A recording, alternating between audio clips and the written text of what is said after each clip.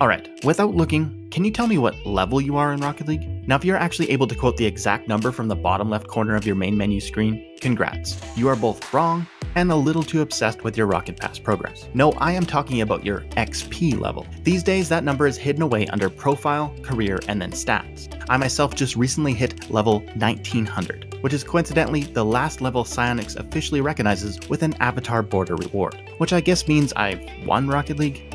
I don't know exactly. The truth is, the experience point system is kind of a mess that is hard to make sense of anymore. Not that it ever really made much sense to begin with. Psyonix's attempt to have meaningful progression in Rocket League has gone through several changes between launch in 2015 and its current form today. And along the way there has been impressive world firsts, weird exploits, toxic level shaming, and a good mix of general community complaints and confusion. All for points that have little to do with the actual game we play. This is the strange but true story of XP in Rocket League. A player logging into Rocket League for the first time in July 2015 was greeted by an unchangeable player title calling them a rookie, and a garage with most of the items locked out. Yes, these were the two player progression systems Psyonix implemented in the game at launch. The common items, including cars, wheels, boosts, and toppers, were unlocked one at a time with each completed match, meaning it took over 160 games to fully unlock the inventory. And personally, I remember it being a pretty fun experience, not knowing what I was getting next, and excitedly equipping each new car when they dropped. But on the level side, you might be surprised to know that progress and experience points were exclusively based on personal performance. Yes, for the first 3 years of Rocket League, your score in-game was applied directly to the experience bar, and the points were given much more freely than the system we have now. First touch on kickoff? 10 points. Pull off a sweet bicycle kick? Here's another 10 points. Hit the ball in the air 3 consecutive times without it touching the ground? That's a juggle. Here's 10 points. Managed to contact the ball while being above the crossbar? That's a 10-point aerial hit. Even shots on goal were worth 30 on the scoreboard versus the 10 we get now. At the end of the match, there was a 1,000 point winners bonus, 750 points for the losing team, and an extra 100 for MVP. But that was it.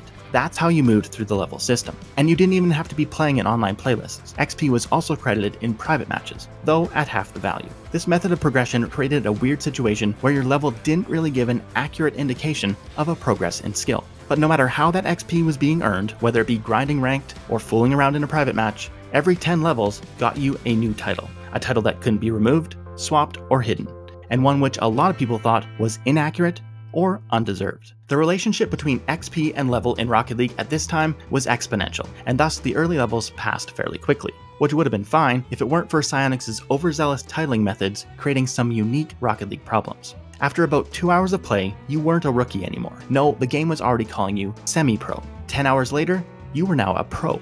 And after only about 50 hours of gameplay time, you could already be at the veteran level.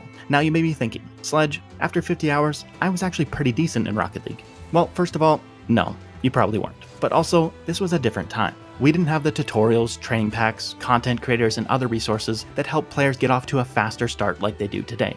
What you're watching right here, this is me in 2015 showing off my veteran gameplay.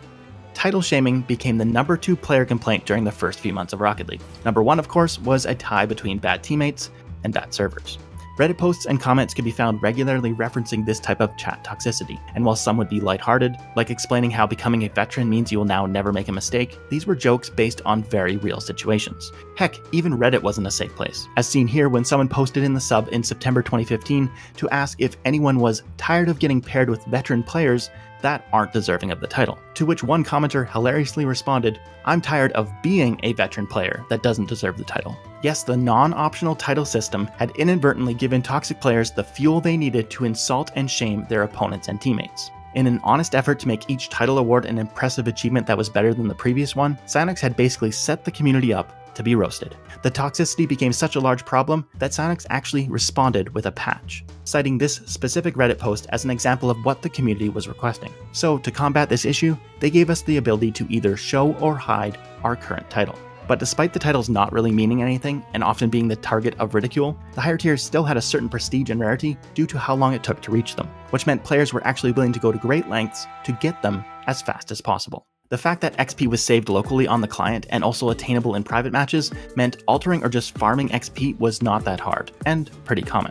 One of the more creative AFK methods involved changing the ball to a large cube and loading up one of the Rocket Labs maps that had raised sides or ramps. While on top of the cube, the game registered you as being high enough to get an aerial hit. And even though it was only 5 points per touch due to private match reduction, it was still free AFK XP. Though I'm not sure why there were so many videos out there promoting the cube glitch, when much more efficient hands-off methods should have been obvious. A super fast light puck in Pillars map with no goal reset was good for a goal every 2 seconds, which when combined with shot points and hat-trick bonuses made for some big gains in a short period of time.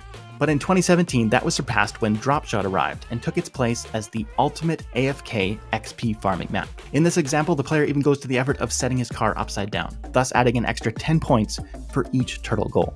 Transitioning to more technical cheating methods, apparently save data was shareable, and getting Rocketeer could be as simple as dropping someone else's files into your Rocket League folder. And finally, we have the classic cheat engine XP hack. Just a quick edit of the right data bits and you can get yourself 1 million experience points in a single game. But to emphasize how long the progression system was, even 1 million points was just 1/10 of the way to the highest tier in the game.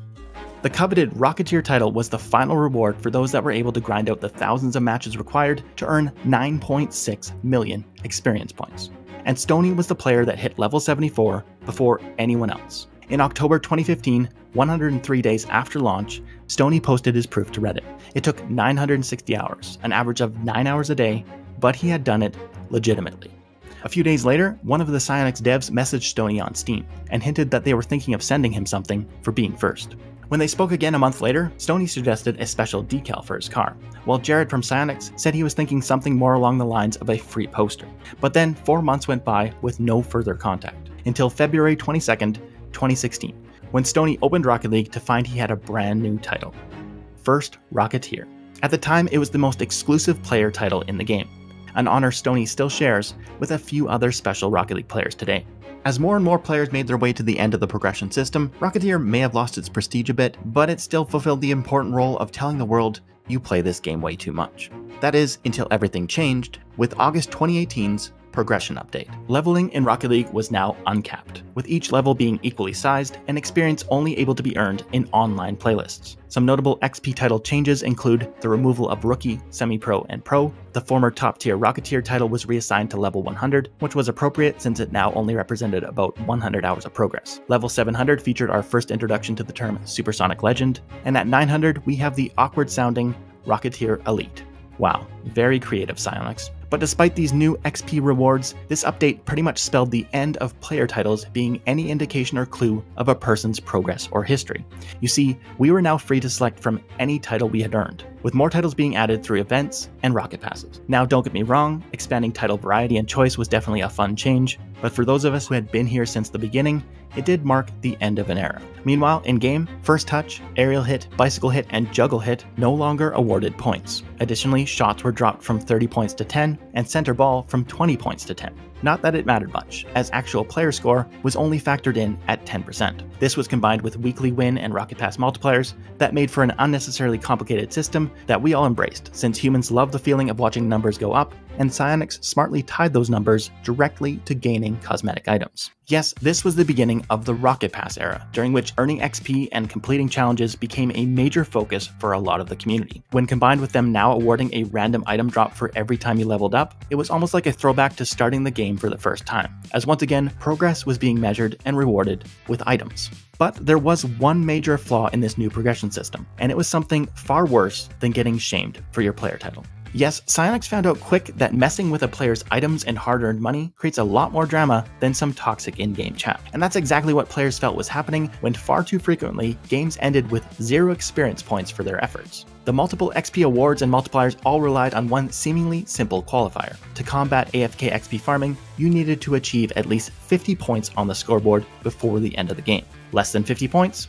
No XP for you. And with the reduction in both points and point awarding events, getting 50 in a game wasn't really a guarantee anymore. Shortly after the update, I actually posted a GIF to Reddit to make light of the situation. It was titled, "When the new point system teams up with your friend to screw you over." The scene opens at the start of overtime in Snow Day, which is a notoriously low event game mode. And as you can see, playing a reserved third man position has only earned me 40 points on the scoreboard. But there's still time to change that. A strategic demo clears the net area, and I get in position to receive the pass, only to have the OT winning goal that I expertly created space for be savagely stolen by my teammate. 40 points meant no win or group bonus, no challenge completion, no match XP, and no Rocket Pass progress. But hey, at least my friends got a good laugh out of the situation. Now, I know you're probably thinking to yourself, not being able to get 50 points in a match sounds like a skill issue. And maybe you're right, but this was a skill issue that was affecting a lot of the community. And when players are spending real money on the Rocket Pass, playing games, and not getting credit for their time, it's kind of a big deal. My favorite Reddit post I found about this issue describes what was happening near the end of games both accurately and graphically. Yes, the XP system was actually having a direct impact on how people were playing. And that can't happen. It took 4 months, but Psyonix finally responded with a solution. Points for ball touches. Of course, on paper, it looked like a recipe for ball chasing. But really, the 2 points per touch helped alleviate the bigger problem of those endgame situations where players are desperately trying to make up the deficit. It was a good fix, and if you were actively participating in the game, 50 points was no longer a problem. Since free-to-play, XP in Rocket League has continued to be a major focus of the game, with more ways to earn it than ever before. Item drops for each level have been replaced exclusively by Rocket Pass drops and weekly and season challenges, which has technically meant less items for players, though according to some calculations, the higher rarities of our drops means it actually has not been the reduction many claim it is. As pointed out in the intro, XP level is no longer shown in the main menu, and is instead hidden away in your career stats, which is probably where it belongs, since your level has never been as meaningless as it is now. In preparation for this video, I asked players on Twitter to flex their XP level. Over 60 responded with levels above 2,000, the highest level belonging to the streamer Paps at 7,656.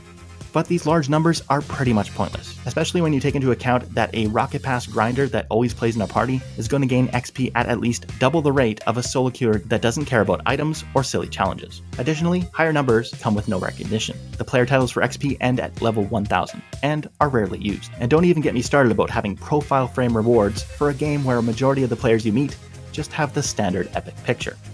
That makes a lot of sense.